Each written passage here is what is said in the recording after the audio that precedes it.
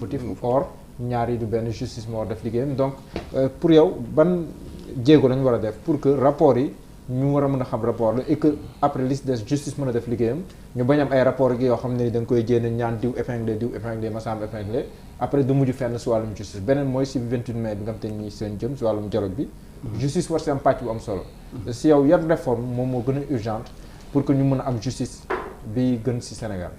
Voilà, je vous remercie Mohamed, mais j'aimerais me rebondir un peu sur la rupture. D'accord. Parce qu'on a parlé de rupture pour répondre un peu à Babacar. On a parlé de rupture, mais jusqu'à présent, il n'y a pas de rupture, il n'y a que des déclarations d'intention. Ce rôle est pratiquement. Par exemple, on prend le gouvernement, le nombre qui compose le gouvernement. Ce rôle est pratiquement. En 2012, le premier gouvernement de Macky Sall, on avait 25 ministres, si je ne me trompe.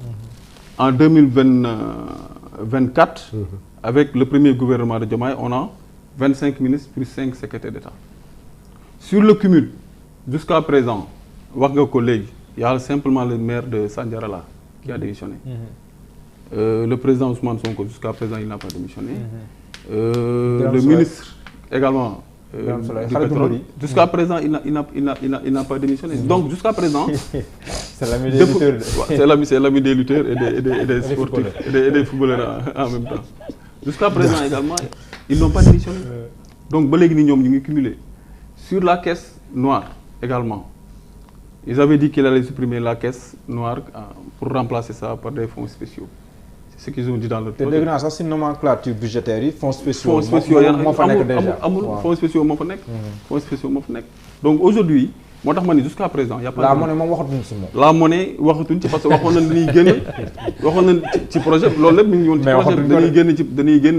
CFA, créer notre propre monnaie. Jusqu'à présent, non, donc, jusqu'à présent, aujourd'hui, jusqu'à présent, nous avons que des déclarations d'intention, c'est-à-dire que ce sont des déclarations. Mais aussi, mais après, il faut me dire, c'est quoi le mais il y a un exemple, par exemple, ben cas nga joxe par exemple ci rupture pratiquement li ngeen acte yi ngeen posé loolu laa wax moo tax sànq ma ne la il est très tôt peut-être de dire qu'il y a rupture ou pas parce que jusqu'à présent la composition du gouvernement xool nga ko bu baax. Voilà, la composition du gouvernement on a 25 ministres non. Non, je parle pas du nombre de ministres. La composition, la qualité du gouvernement. Mais la qualité du gouvernement jusqu'à il y a des technocrates. C'est une première. Non, mais c'est-à-dire que c'est une première. On en disconvient pas. Mais c'est moi qui ai la qui ai la parole quand même. Allez-y. Babacar. Allez-y. Tu es mon ami mais allez-y. J'ai la parole. Allez-y. Donc la composition du gouvernement également. On a regardé la liste. Effectivement, il y a des personnes quand même qui peut-être ont une compétence. Si vous nous regardez un CV, nous avons composé. Mais le premier gouvernement de Macky Sall également, c'était ça, hein, avec les Mankeur Ndiaye et autres là qui occupaient les affaires étrangères et autres. C'était plus partagé. Non, mais ce gouvernement-là également, il y a des membres de PASTEF. Non, il y a des membres. Regardons les profils. Oui. Les profils et les Babacar, c'est moi am la parole aussi. Il faut aussi nga déglu. Mais c'est que man ma am la parole mais après il faut nga leeral projet parce que dañuy dégg projet non projet bi en réalité loolu le projet c'est sur le plan actuellement théorique. Simplement, qu'on peut retenir le projet. Mais jusqu'à présent, il n'y a aucun acte qui est posé par au moins passé pour qu'on puisse quand même dire que, en réalité, pratiquement, le projet est là. Donc, l'on et puis, comme vous vous êtes engagé quand même à faire cette rupture-là, jusqu'à présent, les gars, ils ont rupture. Donc, c'est trop tôt. Voilà. C'est très tôt. Donc, ils ont vu la rupture. La rupture, elle est là. Il n'y a pas de rupture, Babacar, je suis désolé, il n'y a pas de rupture. Pourquoi on n'est pas parti en France? Oui, mais de toute façon, il y a des France. Mais notre de l'ol. Mais notre première sortie. Oui, mais yo, notre de le choix de la Mauritanie, c'est-à-dire que encore une fois, ben exemple nga joxe. Ben exemple nga joxe. Sur le cumul. Non, mais l'on peut considérer peut-être rupture là. Non, mën na nek rupture, mën na bañ a nek rupture la rek. Non, mën na bañ a nek rupture. Y a pas de souci, continue. Parce que si on regarde Macky Sall en 2012 après la France dafa dem Gambie. Continue, y a pas de souci. Après la France dafa dem Gambie, n'est-ce pas? Donc aujourd'hui, il y a aucune rupture bo xamni tay mën nañ ci tek ñun suñu loxo. De deux, sur le cumul jusqu'à présent ba légui ni ça tarde. le maire de Sandiara bi démissionné le lendemain de sa nomination. Pourquoi les autres ne peuvent pas faire la même chose? Beaucoup de Pastef, hein? Oui, beaucoup de Pastef. Loolu laa wax, c'est-à-dire que c'est ça. Loolu la ñu wax et puis loolu c'est palpable. Donc aujourd'hui loolu mënuñu ko bañ, n'est-ce pas? Voilà yeneen nag ñu ngi koy xaar. Peut-être xam naa ni am ngeen volonté def ko mais ba tey.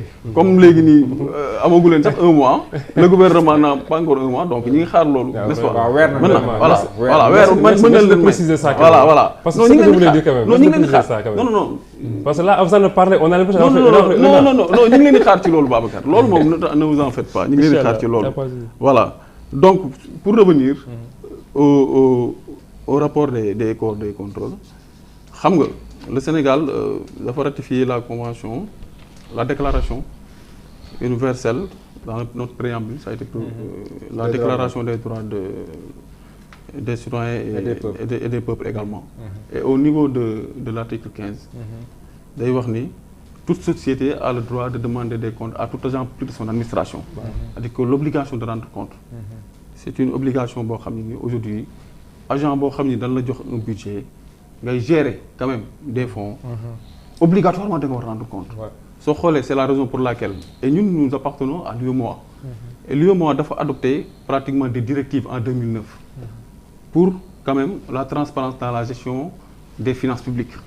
Et parmi ces directives boo xoolee pratiquement il y a la directive numéro 1 portant code des transparences. Voilà. Donc boo xoolee boo liree code boobu noonu qui a été transposé en 2012 par la loi de 2012. Day rendre voilà par l'Assemblée nationale qui a été transposé. Donc aujourd'hui dafa nekk loo xam ni obligatoirement bu fekkee da nga gérer tu dois rendre compte. C'est la raison pour laquelle voilà président Diomaye c'est le code de transparence de 2012.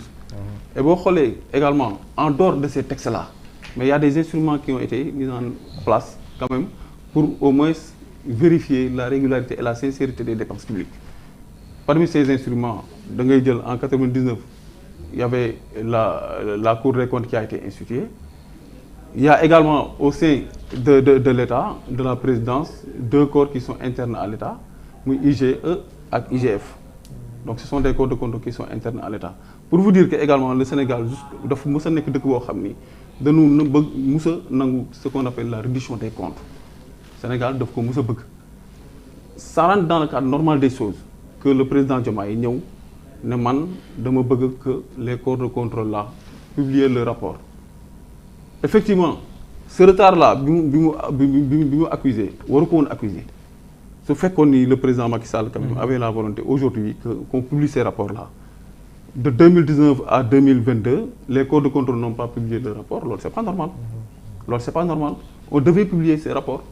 Chaque année les corps de contrôle doivent publier quand même le rapport pour ñu xam ñi ñu dénk suñu xaalis ban gestion lañ ci def ci xaalis boobu noonu mais da ngay bàyyi de 5 ans pratiquement duñu publier les rapports moo tax bi président Diomaye ñëw et ça on salue parce que ñun ñëpp war bëgg nañ xam xaalis bi ñu dénkoon suñu ñi nga xam ne ni ñoo koy gérer xaalis bi ñu leen dénk ñu xam ban utilisation lañ ci def parce que bu fekkee ni publier leen rapport les rapports là bu fekkee ni les rapports n'ont pas été publiés aujourd'hui ñun nan la ñuy xamee comme Mohamed bi nga xam ne dañ ko dénk peut-être une direction wala ñu dénk ko quand même une société nationale nan la ñuy xamee nan la ko gérer donc aujourd'hui ñun on salue quand même cette mesure là de vouloir publier quand même ces rapports des corps de contrôle. Maintenant si on revient au rapport de l'OFNAC surtout sur les 94 milliards comme c'est cette partie peut-être qui intéresse peut-être la population ñu ci bari moo leen intéressé ci rapport OFNAC bi comme c'est un rapport boo xam ni aujourd'hui man bi ma ko lire j'ai vu que pratiquement l'OFNAC pratiquement a donné raison à Ousmane Sonko. Mais l'OFNAC a dit dans le rapport également que ce rapport a été transmis quand même au procureur de la République.